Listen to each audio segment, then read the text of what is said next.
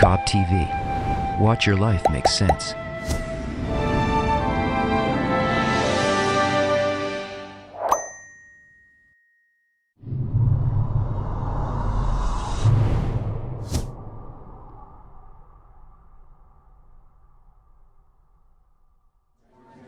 Good afternoon, everyone. Really happy to see you. If there's one thing I love, it's a packed lecture hall. So you all understand me, right? Speaking in English, everybody here speaks English. The Zohar is written in Aramaic. Aramaic was the language spoken in the Middle East about 2,000 years ago. If I talk to you in Aramaic or if I read the book in Aramaic, we're not going to understand. But English you're going to get, right? Right? Okay. I'm going to open this book. I'm going to translate something in English. Let's get inside. Further, he descended and struck the lion. Initially, when this river rolled its waters down, Israel was in a state of perfection, for they offered up gifts and sacrifices to atone for their sins and to save their souls. Then the image of a lion would descend from above, and they would see it on the altar as it trampled the bodies of the sacrifices, devouring them all, and all the dogs would fall to silence. Get it? Good.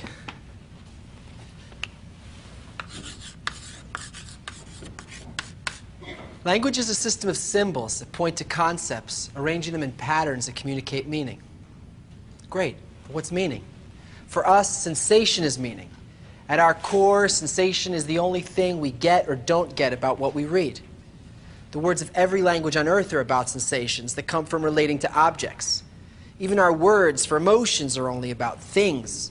If you're hungry, it's not just hungry. You're hungry for a salad. You're hungry for something. There's always a thing associated with that feeling. But what if you're expressing sensations that come from relating to forces that manage this world? Forces that aren't things, but influences you can't see, because by definition, an influence is above or beyond the things that it influences. And what if you're writing a book? Because what you want to do is make it possible for people in this world to enter those sensations, to enter those forces that can't be described by thing words. The only way to cross that dimension is to use words that you can relate to. Use words from this world, but use them and work backwards up to the world of those influences. This is what the Kabbalists did when they wrote the Zohar. They created a cross-dimensional language called the language of branches. So, the world we live in is the world of outcomes. Everything we see, everything that happens here, is the result of what already happened here. Down here is time, space, and our world. People, places, things, the objects and events of this world. It includes your feelings, it includes your thoughts. This is the outside of existence, the branch level of reality. These are the forces that manage the objects. This is the inside of existence, the causal, the root level of reality. There's nothing on the branch level that isn't the direct result of an upper force. It's said there's not a blade of grass that doesn't have an angel above it that strikes it and tells it to grow.